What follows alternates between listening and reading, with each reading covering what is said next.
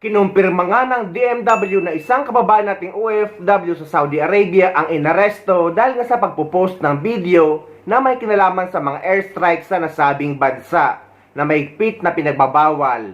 Pwede pa yan sa tatlong kababayan nating Pilipinang OFW dito sa United Arab Emirates na nauna nang inaresto dahil sa parehong paglabag. Bawal na bawal kasi yan guys, or bawal na bawal talaga ang pagpo-post ng video o photo na may kinalaman sa airstrike dahil tama dito ang paliwanag ng taga DMW. At bukod dyan, hindi naman nagkulang ang pagpapaalala sa mga kababayan natin na maembahada ng Pilipinas sa Middle East. Isa pang OFW sa Saudi Arabia naman ang inaresto din dahil din umano sa pagpo-post online ng mga missile strike na nasaksihan niya doon. Kinumpirma ng Department of Migrant Workers na isa pang Pilipino sa Saudi Arabia ang naaresto ng mga otoridad hinggil sa mahigpit na pagbabawal ng pagkuha ng mga video ng missile attack. Muli nagpapaalala ang DMW sa ating mga kababayan na may kaakibat na security reasons ang pag-a-upload ng mga missile attack kaya't mahigpit nila itong ipinagbabawal. Isa po yung importanteng kaganapan yung nangyari nga na pagkulong sa UAE ng tatlo nating kababayan at hindi lamang po sa UAE yun, pati sa Riyadh, sa Saudi, meron po yan. No? Ito po ang importante and we are currently advising our OFWs. Bawal po mag-upload, bawal mag-share sa social media ng mga kaganapan tungkol doon sa mga missile attack. No, bawal po 'yan. Why?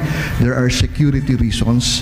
There are reasons that involves privacy, no? Halimbawa na lang, binidyo mo tapos pinakita mo, no? In-upload mo na tinamaan yung isang building.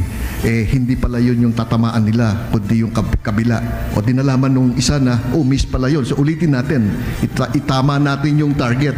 So ganun po ka-importante 'yun. Nagpaalala ang mga embahada ng Pilipinas sa Bahrain at United Arab Emirates sa mga Pilipino na ang pagre-record, pagpi-film o pagbabahagi ng content online ng walang pahintulot, pati na ang pagpo-post ng hindi beripikadong impormasyon na may kaugnayan sa seguridad ay maaaring magdulot ng mabigat na parusa tulad ng pagkakakulong at malaking multa. Si Hannah Jean Sancho para sa Balita. Nagbigay ng babala ang mga otoridad sa Bahrain hinggil sa Article 370 ng Penal Code ng bansa, isang batas na nagpaparusa sa anumang paglabag sa personal na privacy. Ang paalala ay nakatuon sa mga Pilipinong naninirahan at nagtatrabaho sa Bahrain, kung saan ang pagbabahagi ng ganitong uri ng content sa social media ay maaaring magdulot ng legal na pananagutan. مادة 370 من قانون العقوبات تحاسب وتعاقب أي شخص يتعرض للحياة الخاصة للأشخاص. هذه مجرد التصوير جريمة، فما بالك بالنشر اللي هو جريمة أكبر، خصوصا إذا كانت الأمور تمس العرض. Sa ilalim ng batas, kabilang sa mga itinuturing na paglabag ay ang pag-film sa isang tao ng walang pahintulot, pagre-record ng pribadong usapan, paglathala ng personal o sensitibong content, pagkuha ng video ng isang tao na hindi angkop na sitwasyon, pagkuha ng video ng mga biktima ng aksidente, at ang pagbabahagi ng mga ito sa social media o sa mga pampublikong lugar. At pagmultahin ng hanggang 5,000 Bahraini dinars. Mga parusang ipinatutupad kahit ibinahagi ang content online o sa pampublikong lugar. Ayon sa mga opisyal, mahalagang maging maingat ang mga OFW at Filipino residents sa pagsunod sa mga batas ng Bahrain, lalo na sa panahon ngayon kung saan ang isang post sa social media ay maaring magdulot ng seryosong legal na kahihinatnan. وأنت دورك توعي اللي حواليك والقانون حماية لك مثل ما لك حياة خاصة ما تبي أحد يضرك ولا يأذيك فيها كذلك الناس فلا تصور ولا تنشر ولا تعيد نشر أي شيء من اللي قلنا عنه وانصحبها غيرك. Kaparehong babala ang ipinaabot sa United Arab Emirates, kung saan hinihikayat ng Philippine Embassy in Abu Dhabi ang mga Pilipino na maging maingat sa paggamit ng social media kasunod ng ulat na may ilang individual na maaaring naaresto dahil sa pag-post ng content kaugnay ng mga kamakailang insidente sa seguridad sa Dubai. Ayon sa Embahada at sa Philippine Consulate General in Dubai, mahigpit nilang minomonitor mga ulat na may Filipino nationals na posibleng kabilang sa mga inaresto matapos mag-post permitidong magbahagi ng online content kaugnay ng mga pag-atake at air defense interception sa bansa. Humingi na rin ng opisyal na kumpirmasyon ang mga opisyal ng Pilipinas mula sa mga otoridad ng UAE hinggil sa pagkakakilanlan at kalagayan ng mga Pilipinong posibleng sangkot sa insidente. Iginiit ng embahada na iginagalang ng Pilipinas ang soberenya ng UAE at ang pagpapatupad dito ng mga batas kaugnay ng National Security, Cybercrime at Public Order.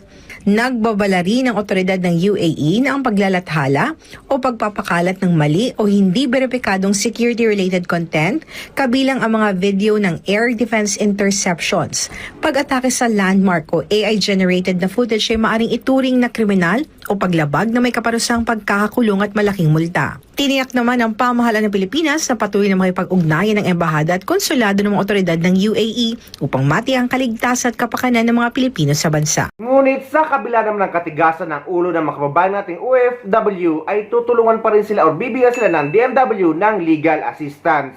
At posible pang makatanggap ng financial assistance ang pamilya nila sa Pilipinas dahil nga matitigil sila sa trabaho na pangkaraniwan namang ginagawa ng DMW sa mga ganitong kaso. We will help these 3 OFWs, including the other OFWs na humarap sa kanyang kaso. While they are incarcerated, we respect their laws. We respect their processes, but we will provide for legal assistance. Libre po yung abogado na ibibigay natin sa kanila.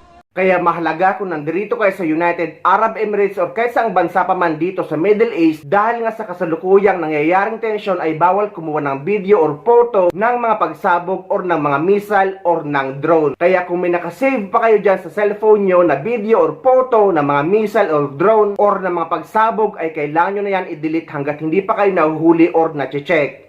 Dahil may mga otoridad or CID or Dubai Police na nagsasagawa ng random check sa mga cellphone ng mga kababayan natin at iba pang residente dito sa Dubai at sa iba pang parte ng UAE. Ito guys, paalala ko guys sa mga lahat ng mga kababayan dito, mga Pilipino, na mag-ingat talaga kayo kasi kaninang umaga na experience ko, may nag-check ng cellphone ko. So ngayon, parang sinagi lang, may sumusunod pala dun sa likod ko. Ngayon sinagi lang yung pa ako, tapos ngayon hindi, syempre mapapalingon ako. Nung napalingon ako, biglang sabi sa akin, police, sabing ganon. Pinakita yung ID nila. Tapos kinuha yung cellphone ko, give me your phone, sabing ganon. So binigay ko yung cellphone ko, chinek nila isa-isa sa video, sa photos, pati sa WhatsApp, binulat-lat nila. Sabi ganon kung mayroon akong pinagsenda na mga videos o photos na ganon. So kayong mga mahilig mag-videos dyan, saka mag-picture dyan, tigil-tigilan nyo na yan kasi ang daming CID na na nagmamasid sa atin.